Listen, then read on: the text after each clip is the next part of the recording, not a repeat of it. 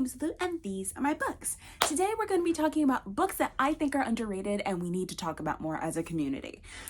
So I've read a lot of books in my time, and a lot of the books I've read have been like popular releases. Like I've read the Throne of Glass series, I'm not done with it. I've read ACOTAR, not done with it. I've read the Cruel Prince series, I am done with that one. And I have a bunch of other very popular books on my shelves that I haven't even like touched.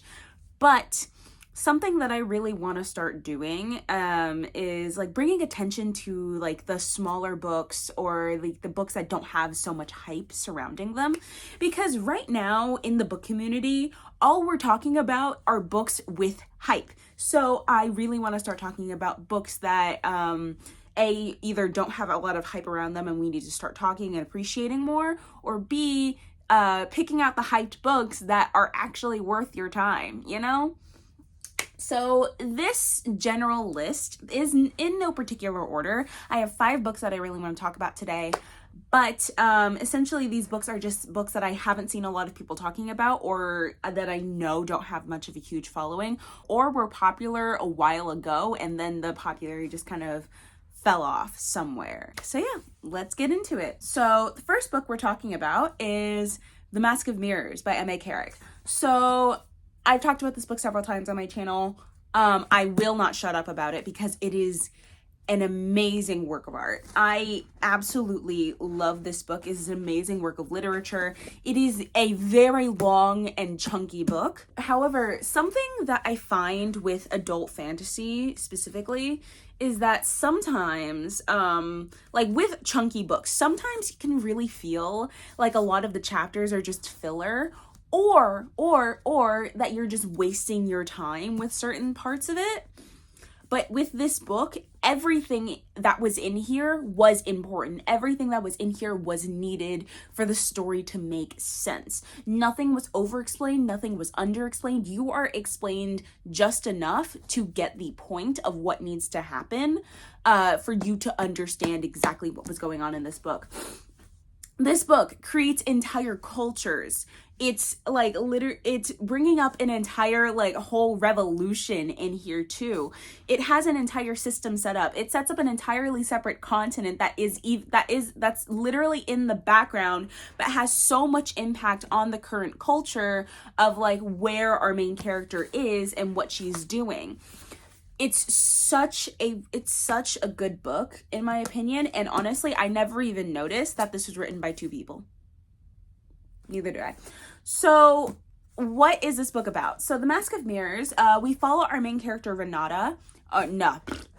We follow our main character Ren, who is a con artist. She grew up on the streets of Nadazera, and she is essentially attempting to scam her way into the nobility by using A, her beauty, B, her cunning, to essentially fake that she is a noblewoman from that completely separate continent that I was talking about earlier, and like scam her way into this family by making her way out with their money, you know? And that's the original plan. But then shit goes sideways and she kind of just has to go along with it, really. Because things start happening within the family she's trying to infiltrate, and like the entire like noble world, or like the world of the nobles, is really starting to like insert itself, and she, as she has made herself a public figure to these nobles, now has to play this part, and she's just like, well, fuck. So she goes along with it, and it's honestly great. I need to continue with The Liar's Knot. Honestly, I am most certainly not going to read this book again until I'm ready to do that. But I remember a lot of what went down in this book, so I don't think I need to read it to go back to The Liar's Knot. However, I have paused that for now. Because at the time it was sending me into a reading slump, because here's the thing, this book is like 636 pages, I think. This book is long. This book is long, okay? Hold on. Yeah, this book particularly, yeah, this book is 630 pages, right? And going directly into another 600-page book just is begging for a reading slump. So I will continue with The Liar's Knot when I feel ready to. However, this book was amazing. I gave it 5 stars, and I would highly recommend it to everybody. Anyone who is into into adult fiction, into adult fantasy, and is not afraid of commitment. Next, okay, so this is a YA book that I read a couple of years ago. It's Allegedly by Tiffany D. Jackson. You can barely see it. But this book, I remember reading it during my senior year of high school, and it was a great book. It was honestly better than I was expecting. I picked this up on kind of a whim. I actually kind of stole it from my English teacher. I picked this up on a whim. I had absolutely no idea what I was getting myself into. Technically, I read the description, but I was like, oh, that's kind of interesting. I had no idea who this author was at all. I was just kind of like vibing with it, right? And then I opened this book and I was like, oh shit, this is a lot darker than I thought it would be. And like, you know, I'm not like, how would I say this? I'm not adverse to darker concepts. In books, particularly like this. I write decently dark concepts myself, but this one in particular was pretty dark. So if we don't know what this book is about, if you've never heard of this book, it's essentially following our main character, Mary B. Addison, I think. Yeah, Mary B. Addison, who is currently in a girls' home, like a home for troubled girls, because she killed a baby, allegedly, right? She's in this home because, like, yeah, everybody thinks that she did it. And she was actually convicted, even though there was kind of no proof. She's in this home, and so she's trying to get her life on, that's attempting to, like, rehabilitate her and get her life on track, you know? And so what happens is that she, like, while she's working, like, she has a boyfriend and everything, she gets pregnant, and now she's essentially going to reinvestigate her own case, so that she'll be able to keep her baby. Because now that she's pregnant, even though because of her charges about killing a baby, they wouldn't allow her to keep it. So her goal is to keep her baby by allowing her case to be reinvestigated. Right? So it's honestly so freaking interesting. I remember kind of a little bit. I remember actually some parts and scenes in this book, but I don't remember exactly like the entire linear timeline of it. However, I do remember the ending of this book, and I remember the ending of this book being very hopeful. And that's something that I really enjoyed about this book, is that as dark as it was, as like as troubling as it was, as disturbing as it was, for the themes that it explored grief, it explored a lot of narcissism, actually, now that I'm thinking about it. For everything that it explored, it had this very hopeful undertone to everything. And it was really good. Honestly, it was just a really good book, and I would really recommend it to anyone. It's not in like the vein of The Hate U Give. However, it is in the vein of, hey, be careful with this book because you might be triggered depending on like how things go for you. Next book is a book I read in middle school and will never shut up about, personally. Unwind by Neil Chesterman. I've talked about this several times on my channel. I will continue talking about it because this series is fucking amazing. This is one of the first sci-fis I've ever read. The first sci-fi I ever read was The Hunger Games, obviously. And then the Unwind dystology. It's 4 books. It goes Unwind, Unholy, Unsouled, Undivided, I think that's the order. Correct me if I'm wrong. But this entire book just kind of falls into the category of, oh fucking shit, right? Because this is more real than you would actually assume. Because let me tell you what this book is about. So we essentially follow our 3 main characters, Connor, Risa, and Levi, who are all set to be unwound. And in this book, in this society, essentially, this is set in like this is set into like a re-thingization I don't know what that word is, of America. It actually takes place in Ohio. Like the first part of this book takes place in Ohio. It's actually kind of funny. It essentially takes place in an America after a second civil war was fought over abortion rights. And now there's something called unwinding, where adults can retroactively abort their children past the age of 13 by having them unwound, and then they will be used for spare parts, like for amputees, like organ donations, stuff like that. But here's the thing. You can't abort a baby at birth. However, you can retroactively abort your child at past the age of 13. Right. So there are many things wrong with that. And so it lends itself to a lot of concepts where there's a lot of teen moms that are actually like shown off in this book. There is something called storking, where essentially you just give birth to a baby and then you leave it at someone's doorstep and they have to take the baby in. That's the law. That's the law. There's a lot going on here. And so here's something that's going on. All of our main characters come from different backgrounds. Connor is from like a well-to-do family, and he's kind of a troublemaker. So his parents decide to have him unwound, because you can do that. It's fucked up, but you can do that. Risa is a ward of the state, and she is being unwound due to budget cuts because she's not like good enough to continue. And Levi, or Lev, we call him Lev, is something called a tithe. It's a religious thing where he, from the moment of his birth, was set to be unwound. Again, it is fucked up, but it exists, right? And the thing about this book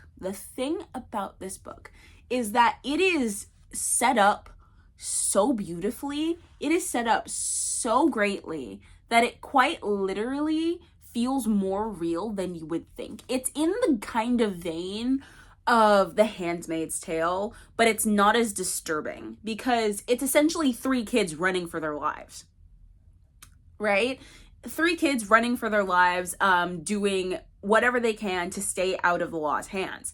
The Handmaid's Tale is a completely separate thing, but again, this book is freaking amazing. All of the books are amazing. And like, things don't fall off anywhere at any point in the series. At least I don't remember it doing it to me. So yeah, that's what I would say. I would very much highly recommend this book personally, simply because of how much goes into it and how much work was put into this book. It's great. I love it so much. And then the next book we have is Looking for Alaska by John Green. So I read this in high school. I remember picking it up from like a free book box or something. That's why it's like kind of damaged. And I remember just like picking it up because I was like, I've never read a John Green book before. Whatever. Let's see. And then I read it and I was like, I was hooked. I was absolutely fucking hooked. So hooked that I actually got in trouble at school for reading it in the middle of Latin. It was freaking hilarious. I think I read this like the year before COVID. If you don't know what this book is about, we essentially follow our main character, Miles? Yeah, him, Miles, as he goes to a new private school in Alabama where he meets a bunch of people. He goes to a new private school in Alabama. It's a boarding school or something like that, where he meets a bunch of new people and kind of gets into like the degeneracy lifestyle kind of things. But he meets this girl named Alaska, who essentially, he is whipped as anything for her, to be honest. And then shit goes down. So, this book was an interesting kind of thing for me. I know this book was popular. I know John Green as an author was pretty popular. He's fallen off in the recent years. I think the last book he put out was an Apothecary of Catherine. I don't know. It was like the Apothecary of something. I have absolutely no idea. But I know this book is not as popular now. But this book literally had me in my fucking feels for so many reasons. Like, let's get one thing straight. Let's get one thing straight. This book is freaking great. For as short as it is, it has such a great impact because essentially it's just children. It's just like, there is nothing about this book that tells you that this could not have actually happened. This book is so real. It actually is made to feel like some sort of some sort of TV show. It kind of feels like, it's like the vein of this book kind of feels a little bit like 13 Reasons Why. A little bit. I remember watching the show. I haven't read the book. But that's kind of like the thought process. At least that's how it makes sense to me. But this book was just great. I honestly don't remember a lot about like the writing or anything like that. However, I do remember the progression of things, how things progressed and how things went. Just feeling so masterful and so peaceful, and then things erupt into chaos, and I'm just like, what the hell, man? You had no right. So yeah, this book was great. I would highly recommend it. Even though it is an old book, it is, I would say, a classic. And now the last book that we are going to be talking about is a recent read. I finished this earlier this month. Belladonna by Adalyn Grace. So let's get one thing straight about Adalyn Grace as a writer. I do enjoy this. Her writing style is very simplistic, I would say. It's not very complicated. It's very easy to just dive into, but that's usually the case with YA books.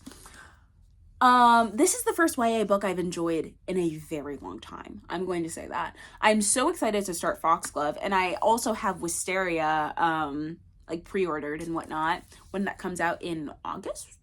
Yeah, that comes out in August. So, Belladonna. I know this book had some hype surrounding it when it came out or something like that. But I know the hype has died down a lot. So let's talk about it. We essentially follow our main character, Signa Farah, who has gone from guardian to guardian ever since her parents died when she was a baby. And so she is set to inherit a large fortune and a huge manor. But she can only claim it once she comes of age. So she's been staying with between relative and whatnot. But here's the catch. She can't die.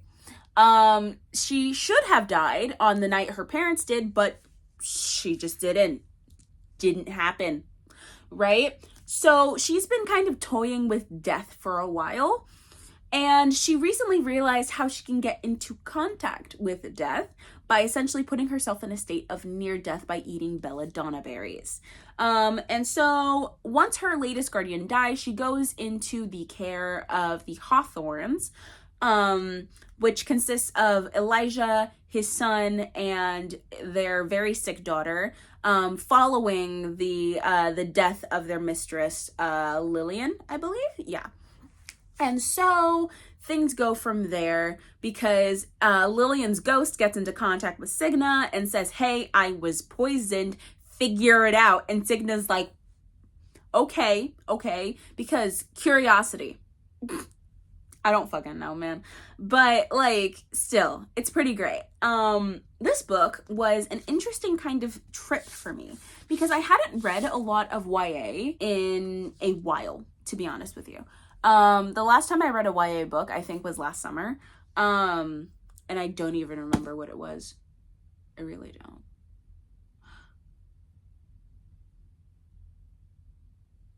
Why am I thinking too hard about that? Anyways, so this was the first YA book I've enjoyed in a while. And I think it's because of the fact that that it moved so fast.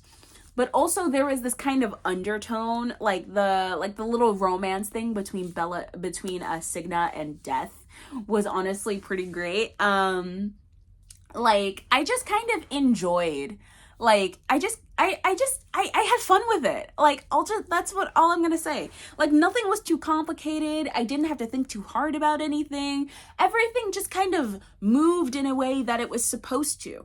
And then things got complicated, and then the twist at the end was just so freaking wild. I just, like, frick, man. Oh, also, Elijah Hawthorne was probably my favorite character simply because this man was literally just, like, not taking anybody's shit. Like, even, like, this man was grieving the hell out of his dead wife. And, like, yeah, I get it. But he was also taking absolutely no shit from absolutely anyone. It was hilarious. Utterly hilarious. But yeah, I would highly recommend Belladonna simply because of the fact that it's just a lot of fun, honestly. Like, the concept's really fun, and the fact that it surrounds poisons and all of that. Like, I would highly recommend it. But anyways, guys, that brings this video to an end. I hope you guys enjoyed. If you did, please hit the like button. If you want to see more of my content, please subscribe and hit the bell icon so you get notified every time I post a new video. I post weekly on this channel, so don't miss out. Also, leave me comments down below what you want to see from me, books I should put on my TBR, books I should up my TBR. Tell me hi in the comments, or tell me what you're reading. I always get really excited when I see your guys' comments because it's just so happy and appreciated. Anyways, guys, I love my Lumas. Bye!